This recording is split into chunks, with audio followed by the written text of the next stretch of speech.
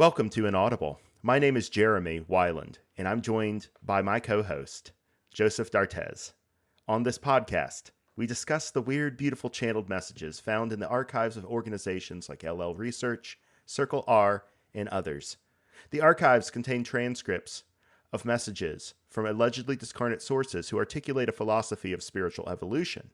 If you would like an audio version of the transcripts, please subscribe to Ryan Masterson's podcast, Living, Love, and Light, available on all platforms. Joseph and I will try to provide an analysis and commentary on the philosophy described in these messages, identifying the common themes, and grappling with the application of this information to our human lives. Thanks for joining us on this journey. Joseph, my friend, how are you? I'm well, thanks. Fantastic.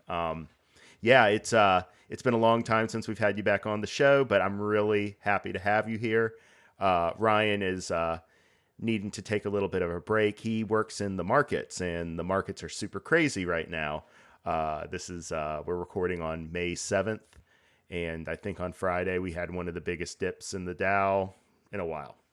So he's doing damage control there and pretty busy with two kids. And I really appreciate. As you might have noticed, I've promoted you from mere guest to co-host. I did notice that. I wonder what kind of responsibilities that comes with. Oh, you will find out. But I figure once you're on 3 times, it's like, come on, let's stop. Let's stop beating around the bush.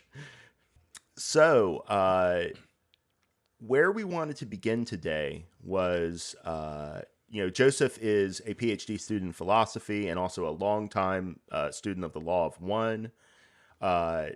And we often have discussions that center on aspects of the application of this law of one philosophy to our lives that we might have differences of opinion on. And one of these differences we discovered was on the subject of criticism and its function relative to the law of one, service to others, and how that functions.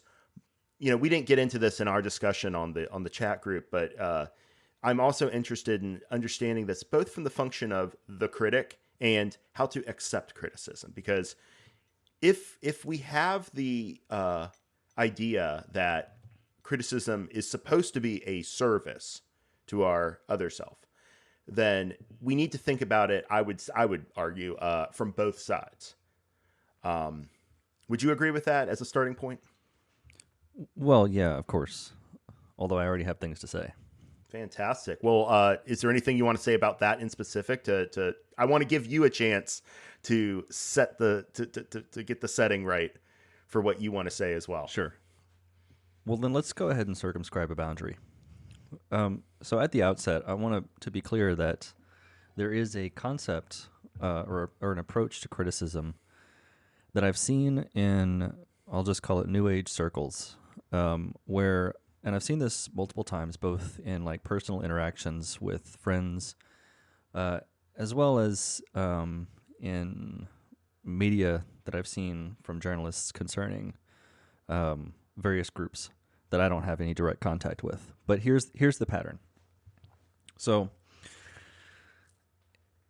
the group of people, they ascribe to a shared belief that there is some value in mirroring. And of course, this is found in the Confederation message, the idea being that whatever a person is presenting to you is in some way like a mirror of your own world. And so it's best to recognize the value of that mirror and to try to some way integrate it. So like this would be like an acceptance kind of practice. So this would be as the criticized, right? Right. So the criticized is listening to the message and trying to make sense of like how they might have attracted this message and to find maybe the truth in it, or to discover how this perspective of themselves from a different, like from the outside, might capture some truth, and so on and so forth, right? Right. So the boundary I want to establish is between the way that this sort of mirroring mechanism happens naturally, you might say, in which two people are interacting and nobody's thinking about, I am a mirror to you, it just happens, versus intentionally being that mirror. And so what I was saying that I've seen both in my personal life and through media representations is people who are basically engaged in, I don't know, almost like retaliatory action, or they're being cruel to somebody else, or they're doing to somebody else what that person did to them, and they call it sort of intentionally mirroring. Like, I'm just being a mirror to you. So the function of metaphysical mirroring serves as like a justification for like a tit for tat kind of retaliation. So the boundary I'm circumscribing is that whatever kind of like positive value there is in being a critic, it's not that. Because that kind of behavior is, in my mind, it reinforces a refusal to take responsibility for the whatever you're putting out into the world. You're sort of shifting it out onto the other person. So like all of my agency as a human being gets shifted onto you, and I'm just sort of like reflecting onto you what it is you're giving to me, and that's all I can do. That kind of attitude. But of course, we're agents, so it's just as true that the other person is reflecting back to us what we're giving to them. So I think there's a lot of danger in trying to consciously be a mirror to someone else. It's how can I say it? It's a pitfall. I would certainly agree with that. I think that's a great place to start. We need to decouple the emotional acts that people grind under the rubric of criticism with the more strident or honest mirroring that can happen when someone genuinely wants to reflect back a more complete image than you think that person is seeing, right?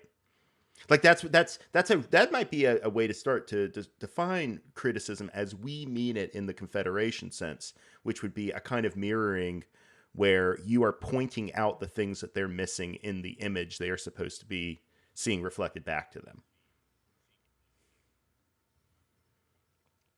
Where does that fall short? Yeah. So the next thing it seems like we ought to do is to define criticism. Yes. Yeah, I think that's where I was grasping anyway. So I've in my notes, which are very short, I have a cursory definition of criticism. It probably needs some more elaboration, but here's what I got. So when you're criticizing, and note that I'm not taking criticizing a person as the fundamental concept of criticizing. I think you can criticize anything. But when you're criticizing, you're holding a thing's actual function up against the evaluative criteria for that functioning. So like you ask yourself, how is this thing playing out in the world based on what kind of thing it is? And for the kind of thing it is, what does it mean to be a good version of that thing? And so insofar as the thing doesn't live up to being a good version of the thing, then we have reason to criticize it. So the point here is that evaluations are at the center of what it means to criticize. And I think this is probably why the Confederation, in a couple of the transcripts that you pointed out to me, seem to consistently say you shouldn't. Well, I say you should, but say, I don't know, they enjoin us not to be a critic. Yeah, there's one that I think we were talking about explicitly during our conversation that might be a good place to start. And I think it's a transcript that we've already dealt with, me and Ryan. But I think it's time to get back into it. So this was when we were talking about the spirit complex, I believe. There was this is January 6th, 1991. And it was that part right at the end of our two-part series. And it kind of seemed like it was a little bit orthogonal to the idea of the soul and the spirit that we were talking about in that episode. But now I feel like we can really zero in on it. So it's conflating judgment with criticism. I want to say that out of the gate because this may be exactly the distinction you're making. I want to give you a chance to comment on it. Here it is. This is Quo. What have you judged today? Each judgment has pulled you away from your soul. Unlike discrimination, which is a subjective matter of saying, this is mine, but this is not. A judgment is a matter of, this is correct, and this is not. To judge yourself for yourself is to do your work. To judge others for the self is to be a critic. And how shall the critic grasp the nature of the play if it is only an observer? Nay, you do not wish to be a critic. You do not wish, though you may think so, to be clever and intelligent and intellectual. You need simply to straighten up the household of your mind, and when it is tidy, to move into the heart. Through love, open the heart, so that without fear you may greet yourself. Reactions to that. All right. So for sure, there is a close identity in this passage between judgment and criticism. And I think my comment on judgment would be similar to my comment on criticism, which is basically there's judgment and then there's judgment. Or Yeah. there's criticism and then there's criticism. In other words, in both cases, I think there's a very particular kind of judgment and a very particular kind of criticism that the Confederation has in mind here. So in judgment, of course, here what we have is specifically an evaluative judgment of the other person as a person. So like it suggests you're not living up to your function as a person. You're not a good enough person. Be better. Here's how you can be better. It's that kind of judgment. But of course, the word, it doesn't have to be evaluative. Like I can make all kinds of judgments Would that you aren't say, evaluative. sorry to interrupt you, but would you say that that's the distinction they're making between mine and not mine and correct and not correct? Because mine and not mine is centering me and what's for me and what's not. But correct or not correct seems to be more of this evaluation of an ideal that we are assuming both sides are striving towards, right? I think those are two different distinctions. Yeah. Okay. So the correct and not correct is the evaluative dimension that I'm talking about. That's what I thought. Yeah. And the mine and not mine is Quo saying, okay, you can make judgments about what's correct and incorrect for you, but don't do it for other people. Yes. You agree? I am so like here's the problem is that you are changing my interpretation of this because I had assumed that this is mine but this is not is the, oh God, dare I say, right way to do it, which is whereas this is correct and this is not, I was thinking they were saying like if you set up a single standard of what's right and not right, what's correct and not correct, what is the ideal, and then everything that falls short of that ideal, right? I was seeing that as a less helpful way to serve. But I may have not truly delved into this enough. I don't know. Well, correct and incorrect is a really strange way to frame evaluative judgments in the Confederation context in particular, because of course Ross says, and I quote, "In truth, there is no right or wrong," unquote. Now, even that needs some interpretation because what does it mean to say, "In truth, there is no right or wrong"? Yeah, what is the truth they're talking about if there's no right or wrong, right? Right. My interpretation is what it basically means is that right or wrong is something that you have to establish for yourself. Like there's something that can be right for you, something that can be wrong for you. And this rightness or wrongness for the self characterizes, I think, movement down a polarized path. So like, say if you're on the service to others path, there are certain things that will be wrong for you because they deviate from that path and you've committed to the path, right? So I think this is the sense in which morality really has meaning for the spiritual seeker. Like it's meaningful to do something morally wrong, in the sense that morally wrong is something that that characterizes your deviation from the path that you've already committed to.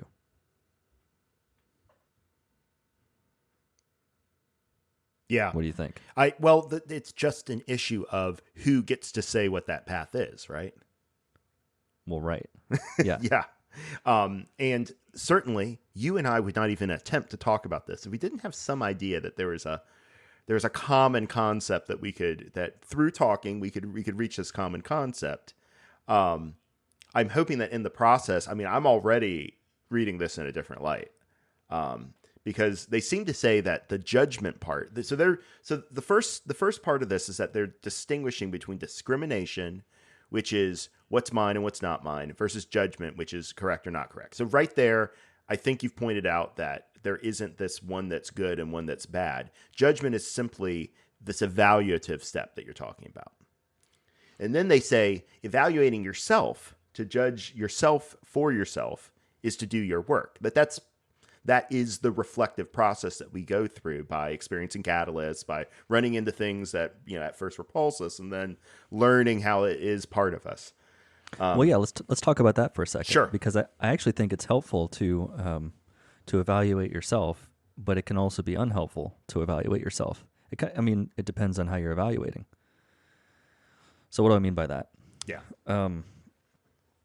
Let's say that I am frustrated with my inability to, I don't know, spend every waking moment in what I consider to be service. So like I have this concept of service, and like I find myself watching the X-Files, and that doesn't seem like it serves much of anything at all. It seems like I'm wasting time. And then I think, well, this is not good.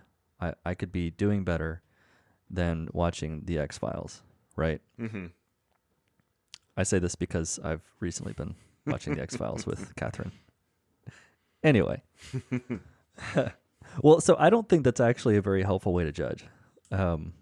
Because what's happening there is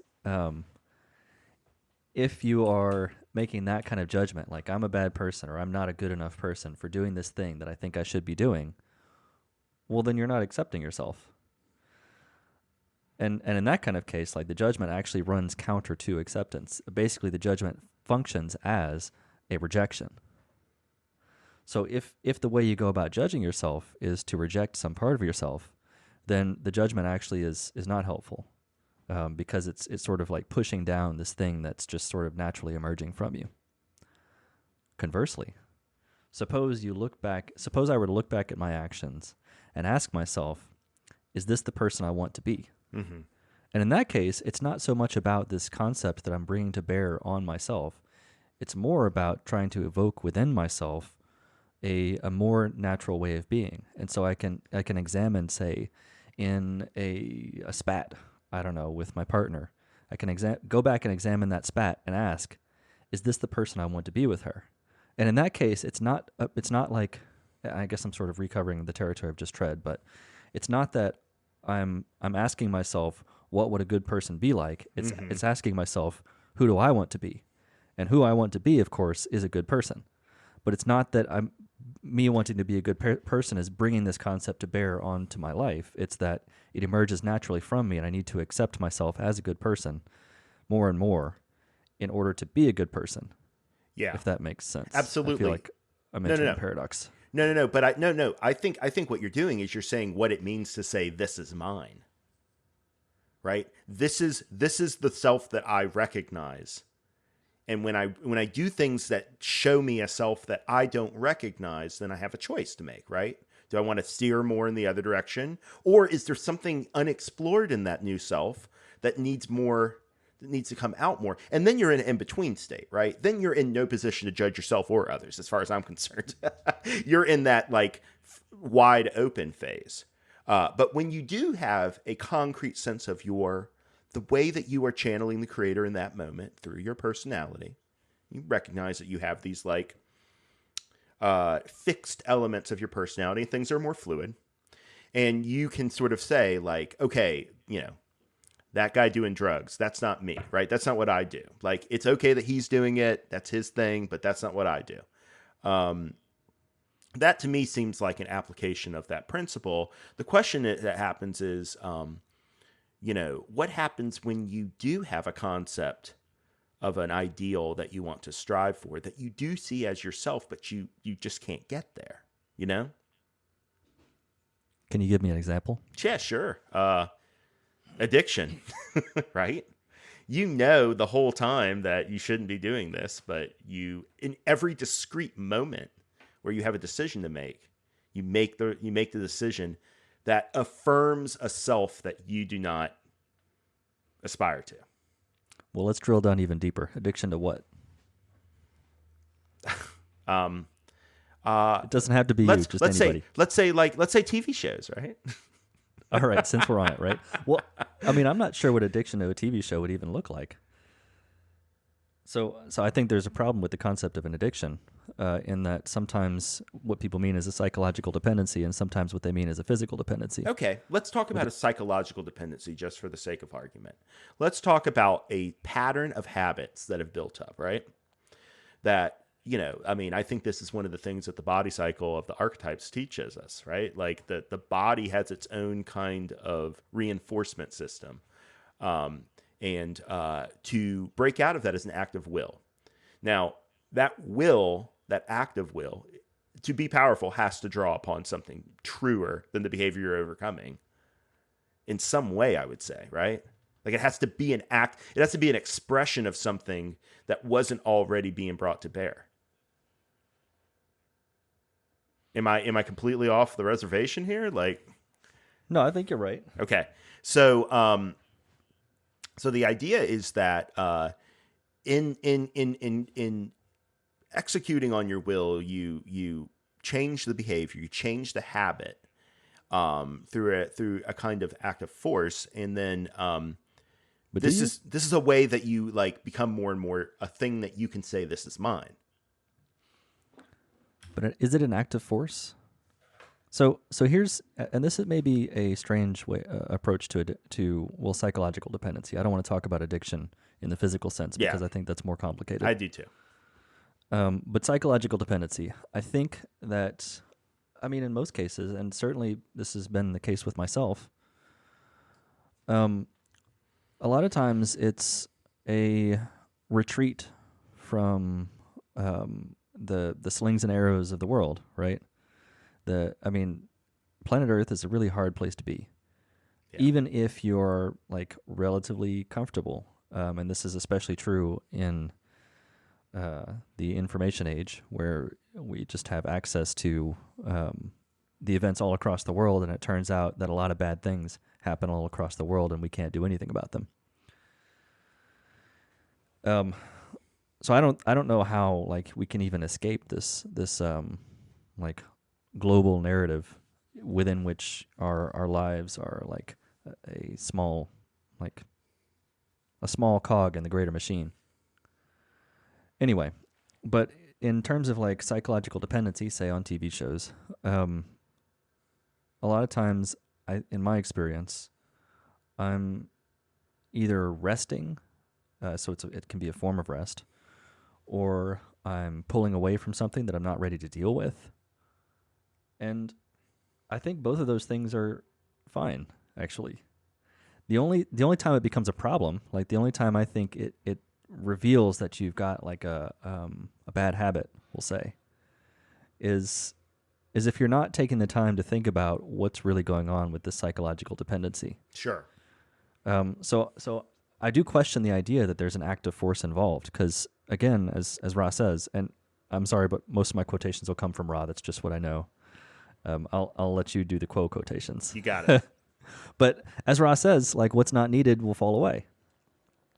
So I take that pretty seriously, in the sense that if there's something in your life that is not good for you on the path, then the process of knowing and accepting yourself will eventually make that thing become less and less important, and you don't have to like cut it out of your life the way you might have to with a physical dependency. Yeah. So again, the physical is very different. And I agree with you. And I think force was a poorly chosen word. It might seem, from the point of view of the person on the near side of the transformation, as a very forceful thing that's going on to the self in becoming more themselves, right? But on the far side, you realize that you were acting on yourself, right? You were becoming more yourself, and that whatever force you felt was just the resistance, right? That desire to stay in a particular safe configuration of mind or spirit or whatever. Yeah, I think force was a poorly chosen word. I was trying to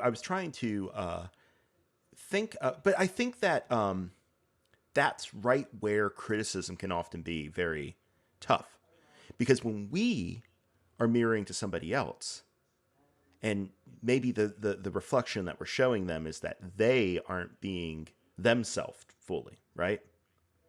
Then that can feel like a form of compulsion, a form of pressure from without.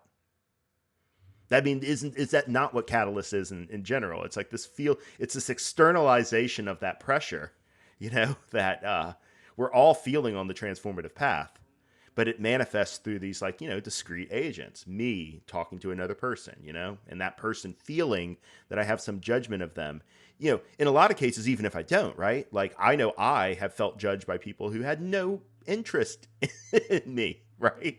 Like, they're just talking, but I perceive it.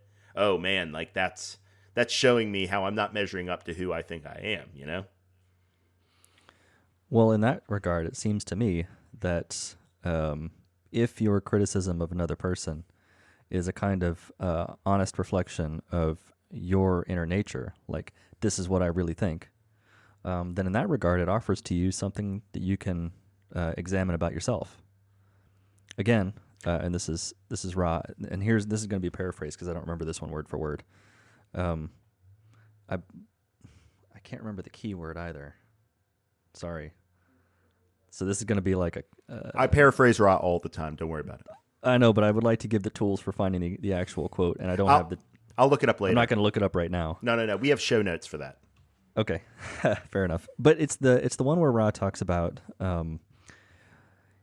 authentically acting, or like in the moment acting authentically, and then later examining what you did is the best way to gain catalyst, because you're not like controlling what happens in the moment for the purpose of, like, I don't know, whatever investment you might have in the way things go, right? You're just being spontaneous. And then, like, all the stuff comes out of you, all the catalyst comes out really naturally. And then you have on your hands, like, the stuff that came out of you that you can now analyze. Yeah. Or make sense of. Now, that last bit, the analyzing, the making sense of, I think that if you're not doing that, then psychological dependency and criticism as well are both just bad habits. You're just sort of like spewing out the stuff you got inside and never really making much use of it. Coping mechanisms. Right. Yeah. So on the one hand, what I want to say is there's something to be said for saying what's on your mind. Just in general, because then it reveals to you what was on your mind. Certainly. In that narrow way, you're absolutely right. That's using the mirroring function the other way, right? Right. I mean, in my experience, I often don't know what's on my mind until I say it, and then I end up saying things that surprise myself.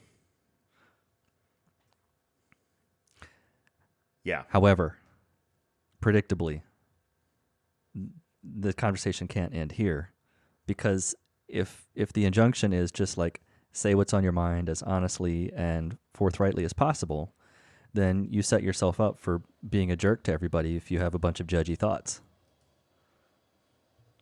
Absolutely. Like, on the one hand, you want to be heard.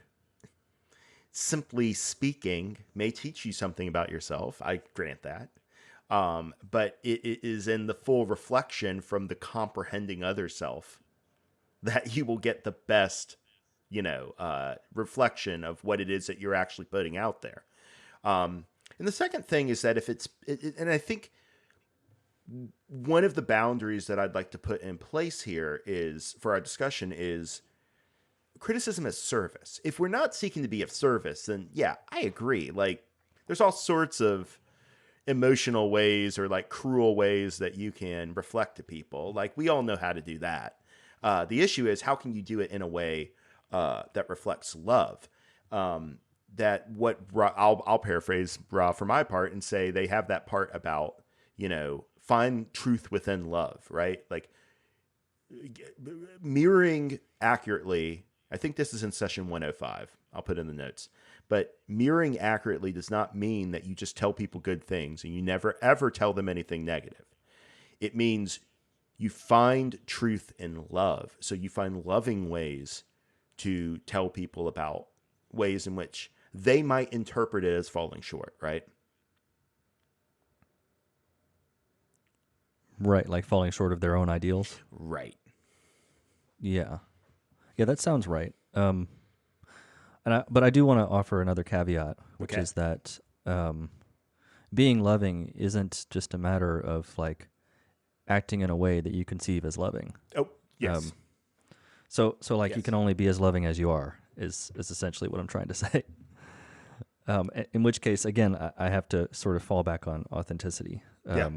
So I mean, even when I tell my partner that I love her, um, I I refuse to do it as just a mechanical reaction to her telling me that she loves me. I mean, of course I love her, but when I say the words, I want them to like come from below. I went through a phase of that in my marriage. Well, It got I mean, yeah, easier to just do the ritual and try to imbue the ritual with love instead of try to like have it on my own terms. It's just where I ended up. That's what's mine, Joseph. there's some push and pull. Yeah, yeah, exactly, exactly. There always is, and that's why like that's what makes like criticism and mirroring so effectively in these intimate relationships so difficult because there's never any point that you land at where it's like fixed and finished. There's always this kind of evolution going on, just like it is within the self. It's like a greater self, you know? Well, actually, the relationship aspect it can make it pretty easy to talk about criticism. So, if you're in a romantic relationship, and certainly most people have been, then you're probably familiar with the kind of how can I say this, pernicious, maybe even like destructive effect that criticism can have. Because in that kind of relationship, more than any other, the one thing that your partner wants from you is complete acceptance. And I mean, I certainly think of full acceptance of between us as I don't know, one of the ideals of a healthy relationship. It's a thing toward which I strive. Yeah. So if that's the case, then where is there even any space at all for criticism? And I think the answer is what you've already pointed at, which is each of us in our relationship, we have standards that we hold ourselves to. And I think part of the responsibility of being in that relationship is to find a way to say to the other person, I don't think you're living up to your own standards, without telling them, without also like, not just not telling them, but without actually judging them, I should say, without rejecting them for it. Yes, your own standards is a way of saying the person that I see you as is different than this. Like it's almost like you're saying my concept of what is yours seems off, right? Help me with that. Yeah, a lot of times what I'll say is like, are you sure this is the way you want to go? Yeah. And then I'll give some reasons why it might not be. Yeah, you've said that to Or me before. or some reasons why maybe this doesn't live up to your own standards. But it's not for me to say whether it ultimately does, whatever the thing is. Well, this is the aspect of service that I think is one of its most interesting elements. It's this imaginative role of service. So in session 89, question 30, Ra addresses this, and they say, it is our feeling that to be each entity which one attempts to serve is to simplify the grasp of what service is necessary or possible. It seems to me that when you're talking about, you're not being true to yourself in some way, that you're trying to reach into that person. Otherwise, you'd have no reference point, right? And to me, like, that's perfectly fine. I think we do that all the time. The question is like, where are the boundaries of that? When does being the entity that you seek to serve cross from trying to give them what they need to putting too much emphasis on your construction of their need, right? And that's a tricky thing because it's such a fine line. Well, actually, I think it's even trickier than it seems, because I can think of many instances for myself in which my partner had to, I don't know, just shake me out of almost a delusion or like an outrageous fantasy that I couldn't see through to the bottom of myself. Yeah. If not for her, then like I'm not sure how or when or even if I would have come out of it. But I certainly, in retrospect, am grateful for the numerous times that she's sort of, shaken me hard enough to make me snap out of it. So in that regard, it sure seems like criticism can be a service, and even criticism of me as not living up to my own standards, or me as even if I think I'm living up to my own standards, as not living up to the standards she has for a relationship. Yeah. The greater self that you're building with this other person. That kind of internal standard. I will note that like your metaphor does employ a kind of force, right? Like sometimes that is how it's experienced. It's experienced as not self, and if it comes with an urgency, if it comes with a certain dynamic, it does feel like force. But the other thing I'd say is that the wonderful thing about criticism within the intimate relationship is that I think it speaks to this role that Quo in that 1991 session was talking about, the critic, right? When they talk about how shall the critic grasp the nature of the play if it is only an observer, right? What they're saying, what I interpret that as is, you can't just be in the ivory tower looking down on the subject of criticism and just being like, these are the ways in which you're wrong. The reason is because in order for you to best meet that person where they're at, become that person to the extent that that's possible, you have to be fully engaged in the aspect of life that you are talking about. It cannot just be this. And that's what I think they mean by clever, intelligent, intellectual. If I thought that meant that in order to serve, I had to be a dummy, like, then I probably wouldn't have this path wouldn't appeal to me. But I think what they mean by that is the clinical remove, right? Like it's the that sort of almost laboratory mentality that people have when they do criticism, right?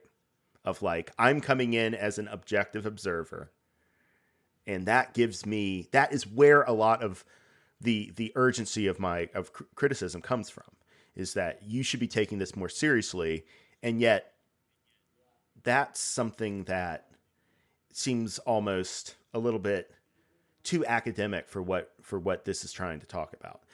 To me it seems like you need, so they say what they mean. You need simply to straighten up the household of your mind, and when it is tidy, to move into the heart. And that to me is one of those clues about how can we find truth and love, right? Well, the first step is to get yourself ready to do criticism, right? Get yourself ready to do mirroring. You have to be prepared. It doesn't always come naturally. Especially when let's be honest, there's a lot of projection that goes on sometimes in criticism, right? I mean, I'm bringing the emotional thing back in. I know I'm going outside the boundaries, but no, that's fine. I mean, what are the boundaries? Right. And I actually didn't mean to when I was circumscribing my initial boundary, I didn't mean to cut emotions out. Yeah, so you're reminding me of times when I had to, say, prepare for a conversation that I expected to be unpleasant. Yeah. Where I had some things to say that I knew would not be happily received. And in those cases, man, it's really hard. It's hard to find and maintain the open heart in those kinds of situations. Not just because what I have to say is critical, maybe just because I have something to defend, and so I'm just trying to find some way to to like shore up my defense of this thing, whatever it is. Like, let's say it's a relationship with a person, and I think that the unpleasant thing I have to say puts that relationship with this person at risk. But I don't want to stake that relationship with this person. I sort of want it both ways. I want to be able to say this thing and retain the way the relationship was before I said the thing. Right? Right. No, it's go ahead. So in that regard, I think maybe that's what the cleverness is about, is me trying to figure out some plan of action so that I can have it both ways. Yeah, it's a way of kind of hedging your bet in the service. And does it take some of the heart out of it? Does it take some of the investment? Does it make you more of an observer than a person engaged? I think it's manipulative, actually. Yeah. I would agree. I was tiptoeing around it. It reminds me of that. I don't think it makes you any. Go on. It reminds me of that Hatan session that I've been working on, that essay for like 10 years now, where they're talking about in order for you to communicate from the heart, from one heart to another heart, you have to not have anything at stake. They say, like, you have to leave relationships behind. You have to leave attachments behind in order to truly communicate. Otherwise, you're holding yourself back. They're holding themselves back. And there's no way to really have the idea, the concept that you're trying to transmit, be appreciated. Because when you speak the criticism, when you speak the mirroring and the reflection, you assume that it's happening on its own terms, right? That is the sense. If you're being positive about it, if you're trying to be helpful, you want it to be understood on its own terms, not as the way that I see it always going awry is when it gets conflated with us, right? So it's not just a criticism, it's his criticism and all the things that he's bringing to the table when he criticizes me. If it was just seen on its own terms as its own thing, without any attachment to an ongoing relationship with this person, without any expectation that it should be accepted, and if it's not accepted the way you want, well, that's a problem. Like, if it was just seen on its own terms, it would conform to this ideal that we are speaking of, that Hatan was speaking of nothing at stake. Well, that's an ideal. Right. So, and actually, This is something that I commonly worry about in New Age communities in general, and the Law of One community in particular. Yeah. There's so often we have this like projection of an ideal, and we measure ourselves against that ideal and find ourselves coming up short, or we attempt to live the ideal, and so all of life becomes this sort of this act. Even when you're by yourself, maybe you're just sort of acting in a way that maybe meets this ideal as you have it in mind. But of course, like that, maybe that's not where you are. And certainly that's not where I am. Like, I take things personally sometimes. Yeah. So even like, I guess I worry about making too much of the ideal and not enough of the methods or the approach to living that moves us step by step toward that ideal. Yeah, that's more where I'm going. To me, and I think you'd agree with me, but tell me if not. The ideal is useful as a fixed point that you can orient to. It doesn't mean that you're actually going to get there. Like North Star, right? But you're right. So, like, to me, it's like, okay, if I recognize that I have things at stake when I'm communicating with someone, then I know there are incompletenesses to what I'm doing. I know that there's other things riding on the carrier wave of that communication, right? I know, in other words, it's not just about love. It's not just about this radiation of love. I think we have to accept that most of our communications, most of our attempts to reflect honestly are going to have impurities to them, right? And that's okay. Yeah, and to use the ugly M word, I think it's best if we just admit to ourselves the times when we've been manipulative, when like I've had some ulterior motive, and I tried to parse that ulterior motive in terms of like service, and try to like glitz it up Mm-hmm. into the shape that might be appealing to wear the trappings of the ideal. But really, beneath all those trappings, there's still this ulterior motive, and effectively, what that means is I was still trying to manipulate you to get the thing that I wanted. And I just worry that this is just this is one of my worries, that we get so caught up with like living up to the ideal that we can't admit the times that we've actually just been manipulative with somebody else. And if Yeah. we could just admit that, we actually might step closer to the ideal. Like Yes. being unable to admit that prevents you from reaching the ideal. It's just so ironic. I could not agree more. I think that honesty with the self is a lot of what the Quo passage is trying to point at, right? Through love, open the heart so that without fear you may greet yourself. They're not talking about how you deal with other people. They're talking about, again, I think a lot of the Confederation message is preparing yourself to be a mirror. That spend most of your emphasis, your effort on working on yourself. There's plenty to do there. And the idea is that so that you can be spontaneous in interpersonal situations.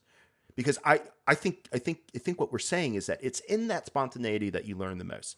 And this life is not about doing it perfectly. It's not about making your life into a platonic ideal. It's about making your life into a learning mechanism for the soul, for the mind body spirit complex.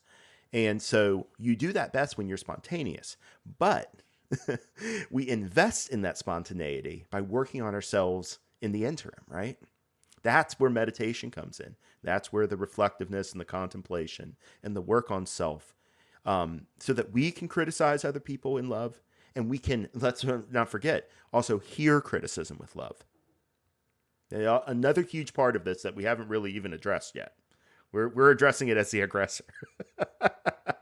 Yeah, well, actually, I've been focusing on that because I think Me too. that's where the gap in discussion probably is. I think it's especially in the Confederation messages. I think you hear a lot more about. Yeah. At least I've read a lot more about being the recipient of unpleasant stuff and then what you do with that, but not quite as much as about being the source of unpleasant stuff and what to do about that. My search at the transcript library bears that out fully, Joseph. I found much more about accepting criticism than giving it.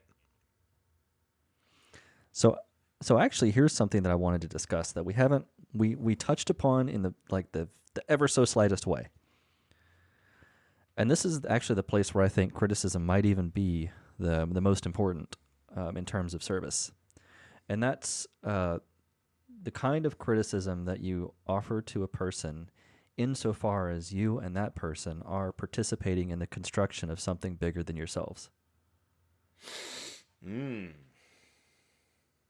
Because in Because, that case, yes, I see where you're going. it's not just about the values the other person has for themselves. It's about this larger whole that you're both participating in the creation of. Right. With the intimate relationship being probably the most focused version of that, but also the least powerful in terms of being able to act on the world.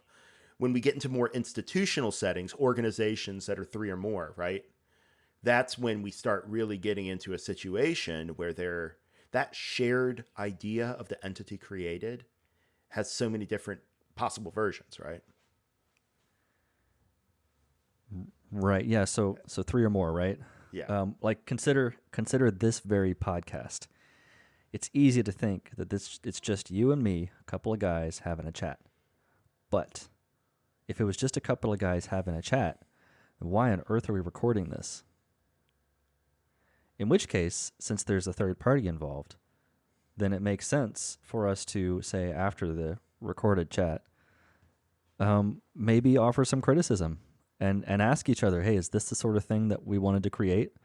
Is this the sort of thing that we think actually makes some positive difference in the world?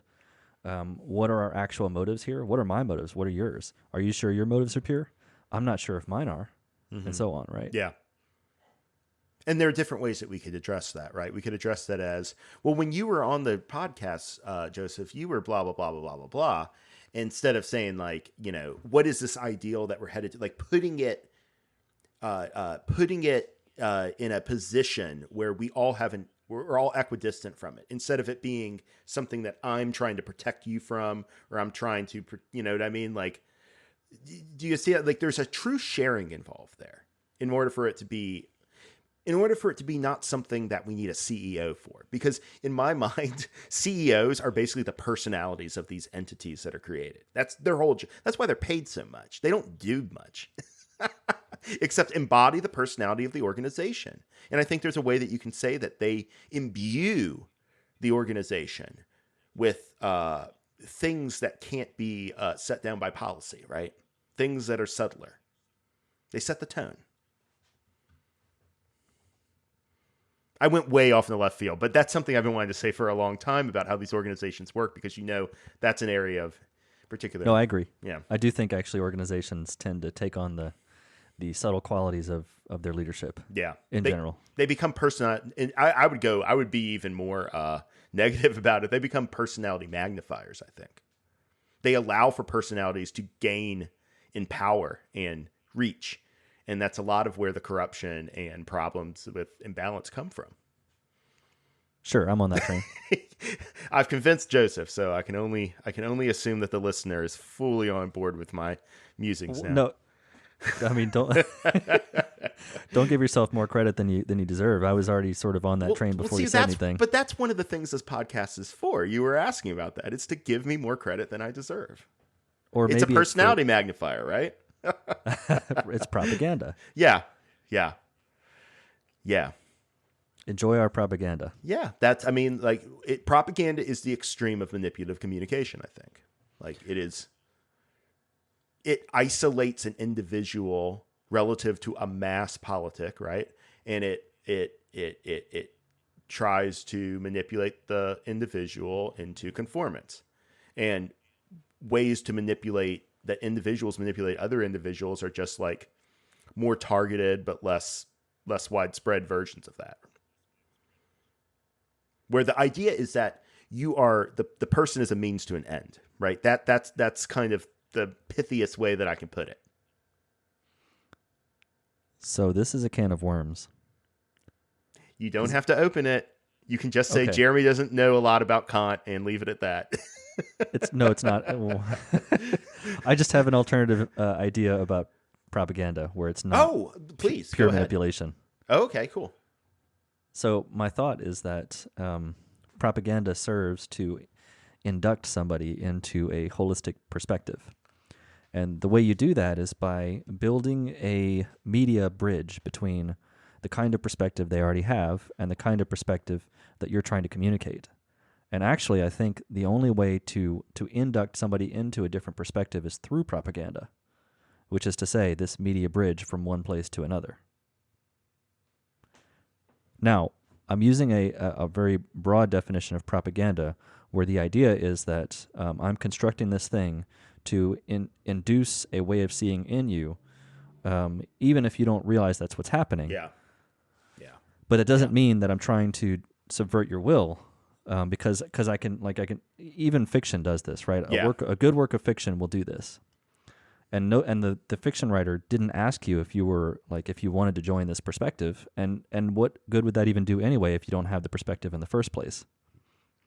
Because how could you judge whether you wanted it? This is super funny because what I'm hearing here a lot, and not just in this statement, but in previous ones that you've mentioned too, is that the aesthetics of this, that it's largely a kind of aesthetic appeal to manipulate someone. You're like, or like to propagandize someone. You are setting out an ideal that you wish for them to enter into. And they kind of have to like swallow the whole thing in order for it to be successful. And, there's a sense in which all art, to a certain extent, is a kind of manipulation in this way, right? So actually what I'm trying to do is separate propaganda from manipulation. Oh, sorry. So I'm suggesting there's propaganda that doesn't manipulate. In the sense that it appeals to something within somebody, right? Right. So I think that you can't get permission for inducing someone into a perspective because they don't know what they're signing on to. So the permission wouldn't make a difference. But what you can do is set up your induction into a perspective so that it's merely an option and not the only option. Yeah. So if you try to convince somebody that the perspective you're offering is the only perspective, the only good one, well, that would be manipulative, especially if you're trying to do it without in a way that subverts their agency. Yeah. I hear what you're saying, and it's instructive to think that most of the propaganda that we think of as being the worst examples exist in societies or contexts in which things are so controlled anyway. The propaganda is simply reinforcing this lack of options, right? This lack of other ways of looking at it, right? It's just trying to like beat it into them, you can easily, like, because you and I will see something that we consider to be propaganda, and I don't know about you, but sometimes I'll have a visceral reaction to that. But if everything in my life is reinforcing it, I have a choice to either be in discord perpetually or to in some way accommodate it, right? Yeah, that's a tragic thought, actually. But Yeah. yes. Well, like that to me is like kind of the experience. Maybe I'm drawing too maybe I'm jumping over too many hurdles here, but it seems like there's something about incarnation itself that puts you in a position like that. There's something about incarnation where you are put into a position where you have to occupy a locus in a moment of time relative to things you have no control over. And if those things are coordinated as the creation, as an intelligent creation is coordinated, there will be some sort of like impression that happens. And, Ross says that, the consciousness is like water, and it's very easily impressed. I think we need to reckon with that. The way in which the mind is easily impressed. This is why we cannot rely upon it utterly. There has to be heart involved. There has to be some place where spirit can come in and show us a context that is bigger than the context we seem to find ourselves in, right? That Carl Jung book, The Undiscovered Territory, talks all about this. They're talking about how, you can say whatever you want about people who are religious, but at least they have a context outside the world that they observe by which to judge it. People who are just secularists have a much harder time articulating the reasons why the world might be good or bad other than just their feeling. Once you have refined this inner standard that flows from outside of you, but is not subject to the things you see in your waking life, now you have some way to judge it. You have some way to say whether it's yours or not.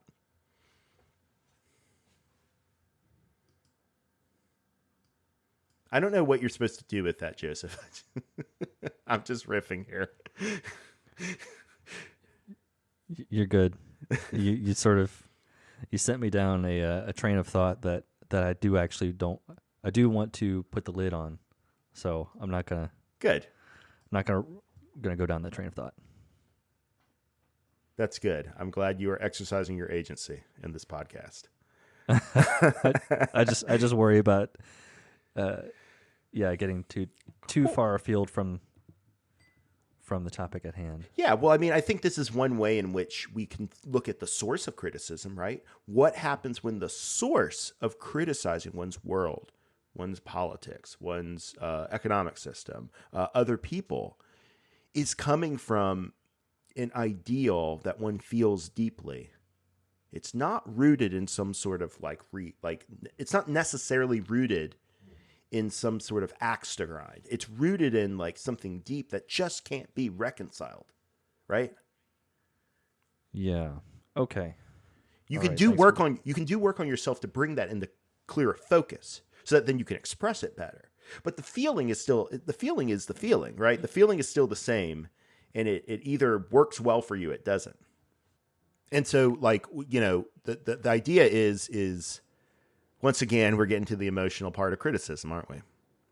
Because if this is something that you cannot express to another person that you might be criticizing in a shared ideal, upon what basis would you be making the critique? Investment in this, I guess, a big picture view of what kind of actions or what kind of ways of organizing or what kind of ways of relating to other people are not just good ways to serve, but the ways that you actually want to serve.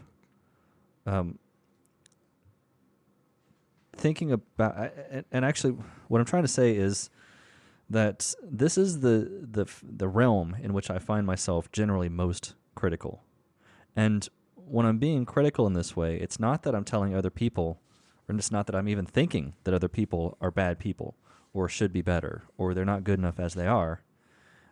It's that my concern is about the object that you're fashioning, this artifact that's not just like the personality or the particular person's perspective, but it's this thing that we're putting out into the world. And my concern is what effect that has on the world. And I don't think this is an inert kind of concern. I mean, we can even appeal to Ra's own experience on planet Earth, and I would say almost a kind of remorse that they seem to have for some of the effects of their attempts to make a difference on planet Earth. I mean, I actually think remorse is a pretty important feeling to engage with in order to continue to walk the service to others path. Yeah, it sounds like you're pointing out that one of the places where you find your criticism to be most urgent is when there's a lack of care involved in how one's behavior or conduct or something is affecting like a common project you have with that person. Right. Or even just the audience that the person has. Like, I can criticize, say, a big personality. I don't know. I could name names, but maybe I won't. I'll let you name your own names, not you, the third party. Of course. But I can criticize a big personality who has an outreach, who has an effect on, say, the same community that I interact with. And my criticism wouldn't be that person is a bad person. My criticism would be entirely about what effect, not just the effect, but what effect this person has in their community.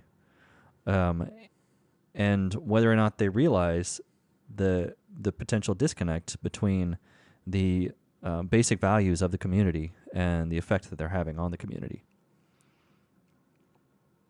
Yeah. I mean, it seems obvious to me, but maybe I'm wrong here. It seems obvious to me that not everyone who has a lot of public recognition as a kind of source of inspiration is well accorded that position. And continuing to play into that kind of social treatment of who they are, this sort of this cult of personality, we can call it, continuing to play into this cult of personality, to act out, say, the spiritual leader, it just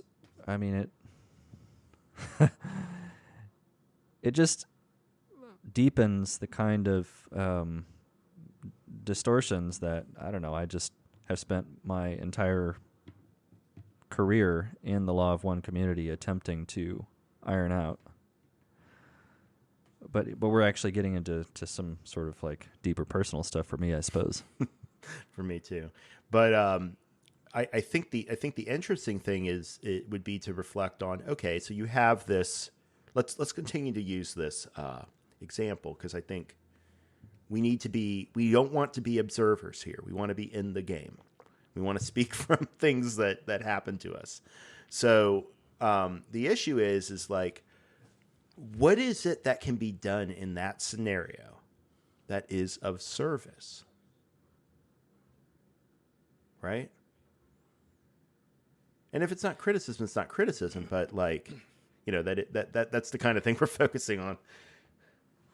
Well, I mean, it's one of the obvious ways to be of service is to lay out the reasons why I might think that this person should not be treated as, say, a spiritual leader, whoever the person is. Right. And actually, I'm not sure I believe in spiritual leaders at all.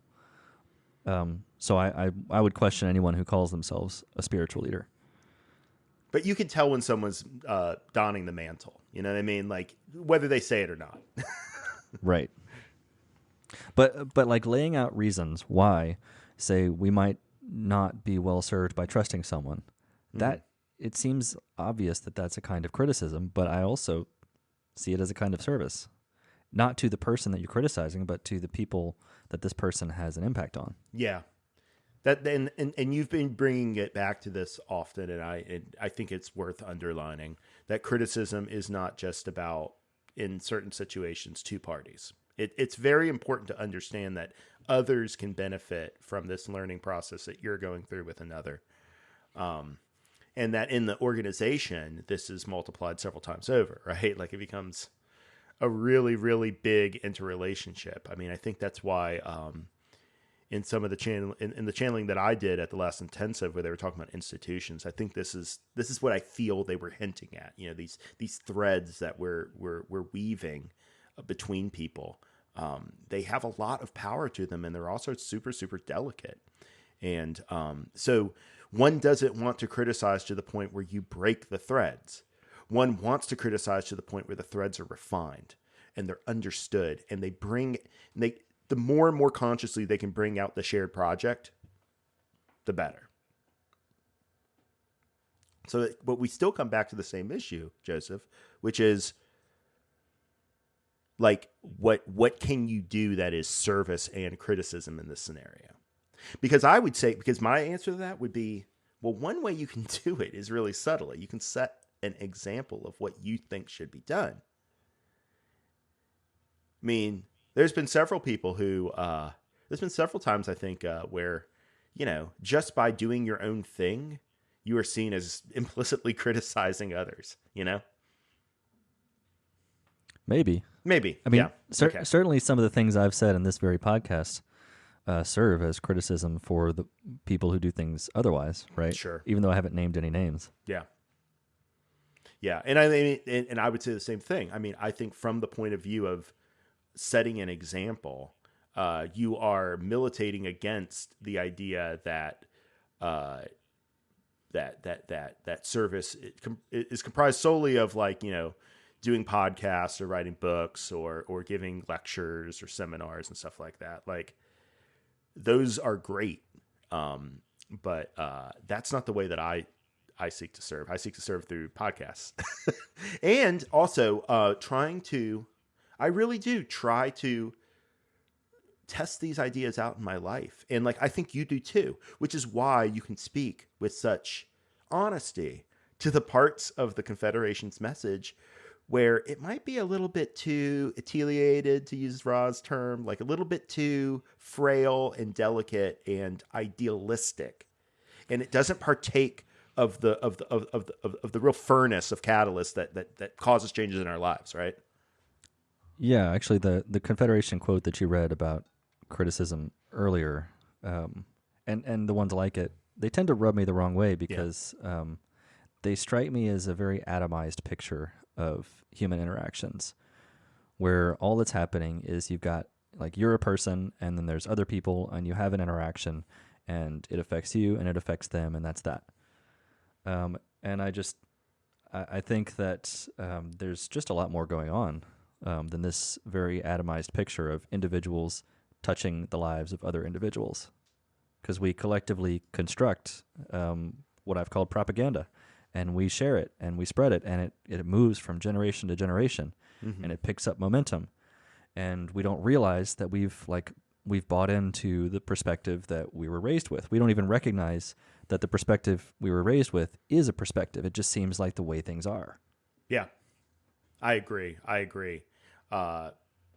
Some of the greatest services that are done on this planet are people just pointing to another possibility that this world seems to preclude, right? Like other possibilities, other imaginative ways to think about the self and others in relation, other imaginative ways to think about the world. Just those alone. I mean, in super authoritarian societies, those alone are like things that you get punished for, just thinking differently. But we also need to take responsibility. I think you're right. We need to take responsibility for the fact that we're running a lot of software we didn't write, right? So and that's fine because that's what we dove into this thick pool of third density to do. Like a lot of it is like, how can we run the software and still transmit love? If the software doesn't get in the way of the love, it's the urgency of getting it to be exactly what I want. I think if I seek to serve, that urgency diminishes a little bit.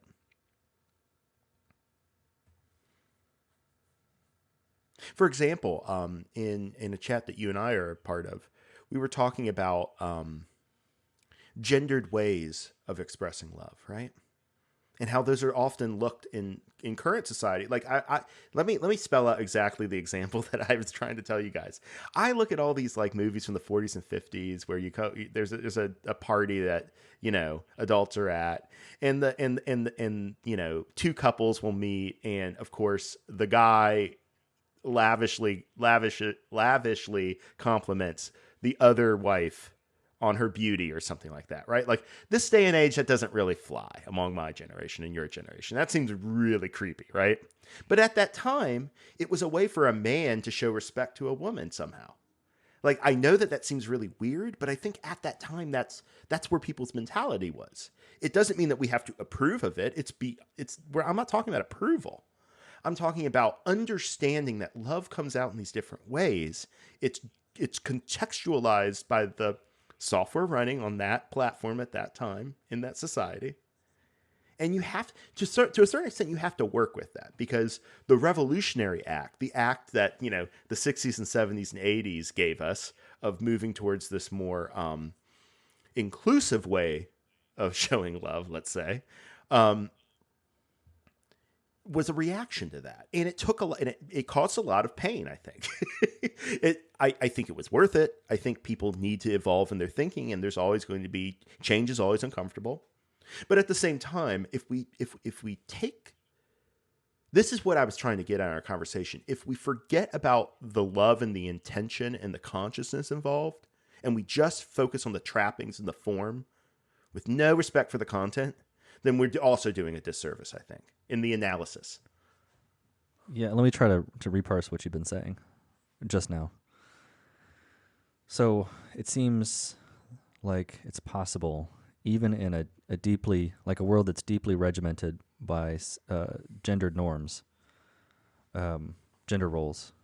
It seems like even in that world, it's still possible to abide by all those norms and express love and appreciation and acceptance of another within the context of abiding by those norms in a way that doesn't it's not like it becomes that love and acceptance and respect gets stripped away when the norms themselves collapse. Bingo. And and I think that when we criticize people according to these norms, which I think is, social criticism is a way that we make these changes from less inclusive, less liberatory, let's say, ways of thinking, right, to more. So for sure, in your example, it's not a good way for society to be, in my opinion, to evaluate women primarily according to their appearance. Of course. That's a pretty superficial way to be treated, no matter who you are. Yep. And I can imagine that women at the time must have chafed under those kinds of conditions. And yet I can also imagine that it was so deeply embedded into the cultural norms that it was just like, I don't know, it's like, how can I say this? A hug or a handshake that in the depth of a pandemic becomes like, a bad idea, and yet, it's well intentioned.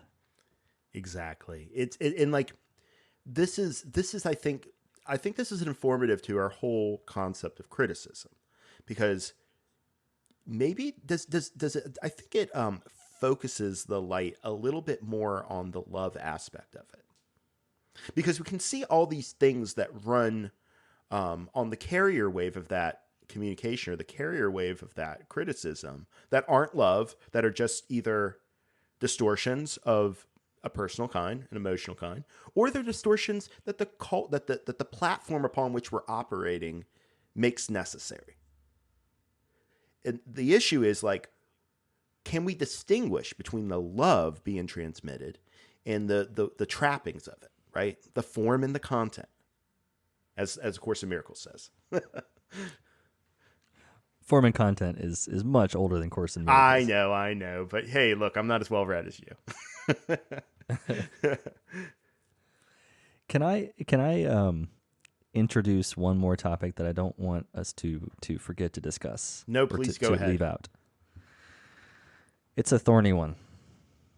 Okay, so we've talked about the potential service of criticism. We've talked about the pitfalls of criticism. But throughout our discussion, we've stuck to interactions between good faith actors. But I wonder, what about if you're interacting with someone that you come to realize is a bad faith actor? So, and I just mean this in the one-on-one context.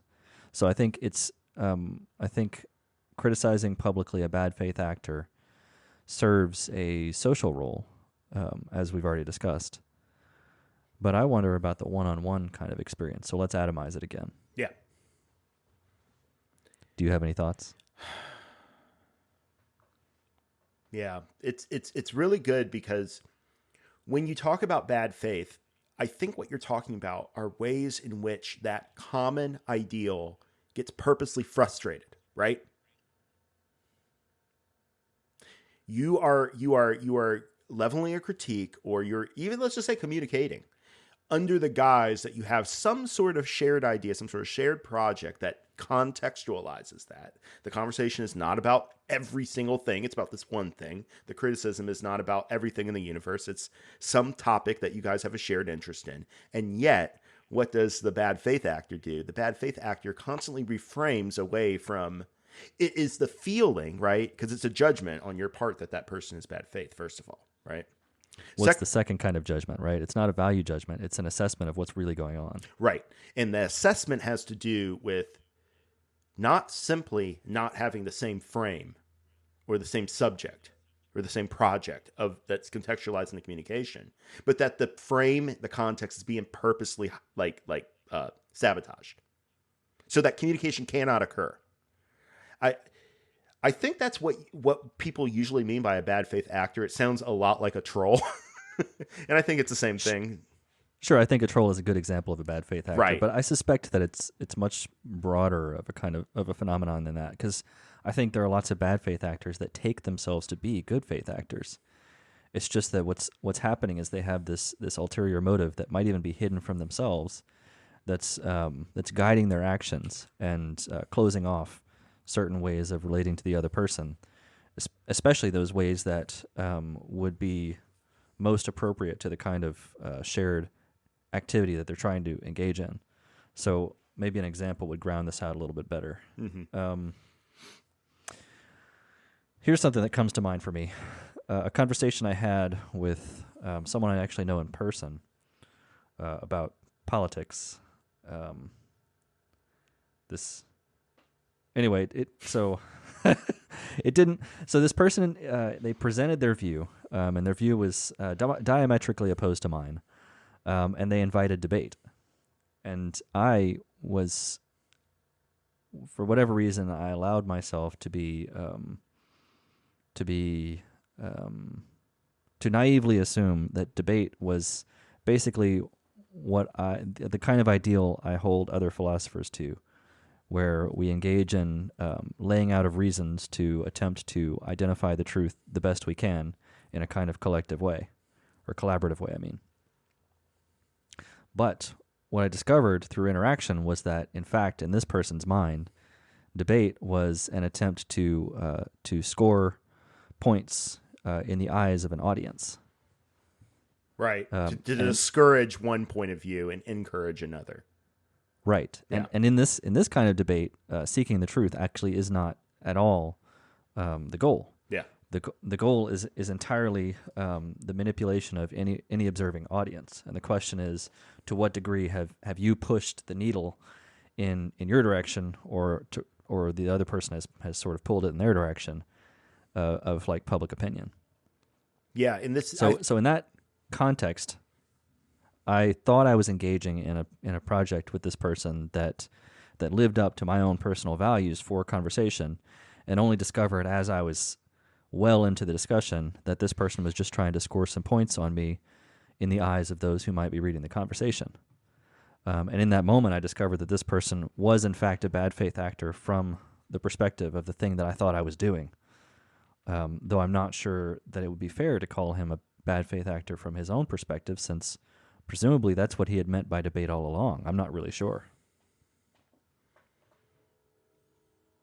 yeah, this is what happens when you don't have a moderator that sets out the rules ahead of time, you know. And that's usually how debates happen. There's no moderator involved. I mean, I get what you're saying.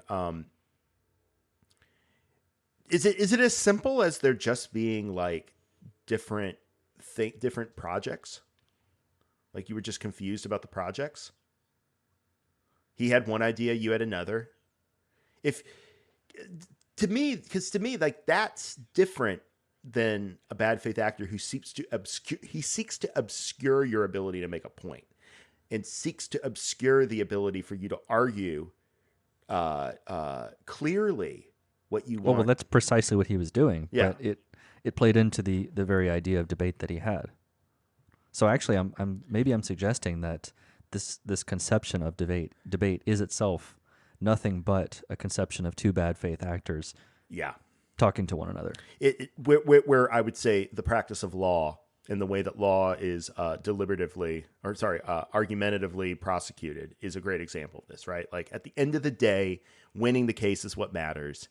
And it's what you can say and what kind of impressions you can create in whoever is the judge or jury that matters. Like how many times have we seen a procedural where they'll say something completely egregious that introduces a point in the jury's mind, and then they get smacked down, they say withdrawn. Like it's not really withdrawn. Nobody really the jury believes heard that. it. Yeah. Yeah. I've always wondered about that. Like how can a juror really, unhear a thing? They can't disregard anything. Of course not. Yeah. And so there's another example where you're trying to go for these laboratory conditions. You're trying to have pure observers, and yet is that really possible? No. We're all in the emotional miasma here. Any case, I do think it's interesting that you think that this person's idea of themselves is good faith, because it seems like they build into their definition of debate bad faith. Like it's part of the definition. And so the question I have for you, Joseph, is why would you engage this person at all? I didn't know that. Yeah. Okay. My interaction with this person, like I said, I knew them in person, was never in a political context. This was just like an incidental interaction on Facebook with a person I knew, face to face. So the only criticism that's actually possible in that scenario is one that humiliates them, right? It's one that emotionally cows them, because you can't intellectually point out anything that would move them. And then you are genuinely manipulating them, right? Like that is I think that's manipulative. I think trying to hurt somebody to get a goal is manipulative in a way. Maybe I'm stretching it too far. Well, no, I agree that there's something there that's a thread. Yeah. Well, I don't know, because sometimes, here's a dangerous thought. Sometimes people have humiliation coming. Yeah. And sometimes, especially if there's an audience, like you got to be the harbinger of that humiliation, not because not in an effort to change this person's mind, but because of the public. It's the third party that makes all the difference. That is a tough, dangerous thought. However, in this case, the third party was like, I don't want to get too much into the details, but it was a very small audience, and I don't think I eventually discovered that there was nothing I could do either for this, like in this person's case, or the audience. But more specifically, well, the next time you debate with Ben Shapiro, can you just let me know so I can listen in?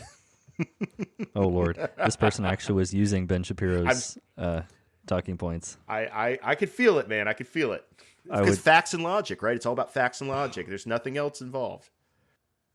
yeah. So with this person that I was interacting with, I came to the conclusion that there was not much I could do.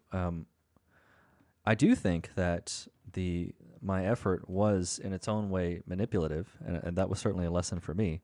Manipulative in the sense that I could see that his reasoning was not good, and I could see all the errors in his thinking. And I thought, well, maybe if I engage with him without necessarily appealing to my position of authority, because I happen to be a lot better read on these things than he is, maybe I could raise some objections and help him see that he's making some errors here. So in my case, I think maybe I should have just, been more forthright about what I was trying to do. So the fact that I couldn't be forthright, or felt like I couldn't be forthright about like the purpose of my engaging with him in the first place, which is that you don't know much, but I know a lot. Let me help you see some things, right? Had I done Yeah. that, he might have said, nah. Yeah. He might have felt condescended to, right? Yeah, well, he's young. But then, by the same token, I remember being young, and I remember thinking that I knew it all. Oh, yeah. And when you go So, on the internet to prosecute that image of yourself, and all you're seeking out are the things that reinforce that thinking. And you just go into battle thinking that, of course, everybody should think like this, and you're insane if you don't.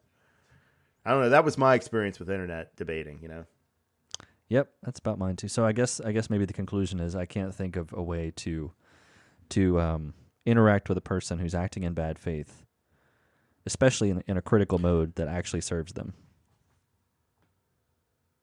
Other than withdrawal. That's not critical. That's just withdrawal. Yeah, okay, critical. Sorry, I missed that point. Okay. There would be no way to maybe ask probing questions about their approach to debate. What do you consider your reason for being here? Like that kind of Yeah, thing. so you would have to find a way to turn them, like to You got to pull back. Yeah. to sidestep the bad faith and Yes. transform it into good faith. What I'm trying to think of is it's not so much about criticism and rescuing that concept here as what would be the loving thing to do, right?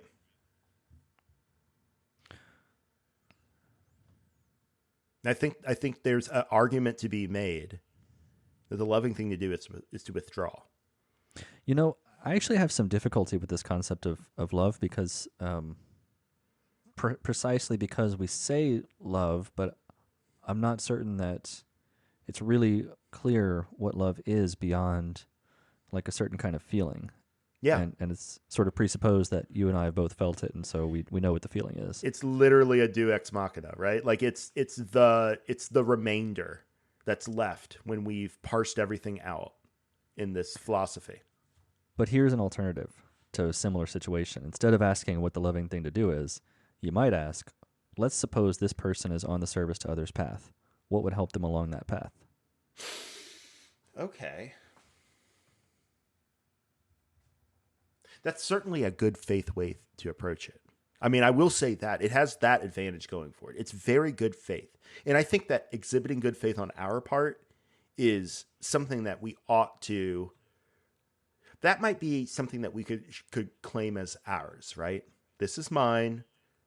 That's not mine. Mine is good faith. Mine is trying to bring clarity. Even if my agenda is not served by it, right? I bring clarity. I bring more awareness of the entire panoply of issues here and angles here, even if it serves to obscure my agenda and the axe that I have to grind. And I think maybe that's an important thing for us to, instead of focusing so much on the bad faith person who obviously is who can say why they're doing it or what they're seeking to get out of it. I think in the case of the troll, it's a sheer emotional payoff, right? It's like some sort of way to hold somebody down and get pleasure from another person's from another person's humiliation. Let's just be straight up. But if we can seek to always be good faith, that might actually circumscribe a lot of the criticism that can go awry, right? I mean, once again, it's a concept that we're kind of leaving undefined, just like love. But I think love is so undefinable that we have to find these. Okay, what is love in this situation? What is love in this context? Like, you're trying to find the expressions of it. You're not trying to define its pure essence, because I don't think you can. I certainly try. I know. I know. But we're already at we're getting towards 1:45 here. Hour 45 minutes. Yeah. Yeah, I mean, we'll have you back on for you to give us an exhaustive definition of love. Fantastic. Yikes. Yeah. I don't know. Is there anything else you want to say on criticism? I thought the bad faith thing was a really good point, because you do need to know when you share interests with another person. If you don't share interests, let's just say finding love would be a little bit harder. That's all. Actually, I wouldn't even call it interest. I would say shared values. So you probably can't have a good faith interaction unless you can establish a set of shared values to which you're each holding yourselves. And in that space of shared values, you can engage in a shared project. And then that's what the interaction becomes, is this project involving these shared values. True. So what would have been more effective for me in service to this other person would have been, just like you said, first trying to identify the shared values. Instead, I presupposed them. Yeah. And discovered well into the conversation that I was wrong. Yeah. I've done that so many times, it boggles my mind. I hope I've learned the lesson. Yeah. Well, I know time is running out for you. So but yeah, I guess that's about all I got. Yeah, yeah. I think that we have touched on a lot of different points. I don't think that we have solved this issue of criticism. When is criticism bad? When is criticism good? Like, I don't think we've really got it clear, but I think I think what we do is we set down these ideas and people wrestle with them on their own and try to come up with. I really would like to at some point dive into your ideas on love, genuinely, because So would I. I think there are things to be said, but they can't be said directly about it. That's the problem. You're always in an indirection when you're talking about it. What is love in this scenario? Well, we can say concretely in some way how it manifested and how loving it was, but it will always appeal to an ideal that escapes our ability to wrap our hands around. And that's, I think, what makes service tough. We're shooting for an ideal that we don't have a clear definition of. Would you agree with that? Or are you... I'm not sure, actually. I need to reflect on this more. It sounds like this is going to be a part 2 scenario then. Well, we'll see. Yeah, we'll see. Which is to say, I don't know what our next discussion will be about. Yeah, yeah. I mean, we still have to get back to the archetypes at some point, so. Yep. I mean, but you're not the person just holding us one from more that. discussion. Yeah. Oh, you think? Yeah. Once we just have one more talk, and then the archetypes will be all figured out. Well, then we can move on to the next thing. That is so reassuring, because I thought it was something you could spend a lifetime on and still not understand. But I am glad to know that it's just a few hours. Soluble problem. Few hours, nothing in your life. Just piece of cake. Yep. Cool. Well, you guys heard it here first. The archetypes done. In any case, thank you so much for joining me on this episode, Joseph. I really enjoyed it. You got it, Jeremy. It's always a pleasure. And as always, listeners, let us know what you think of the podcast. You can go to our website, inaudible.show/contact-us, or just go to inaudible.show. You'll find it. And we're going to try to keep the cadence of episodes every 2 weeks, twice a month. That's kind of what it's looking like. Ryan's doing well. He says hi. as do I. And in the meantime, dear listeners, stay in the love and light, whatever that might be.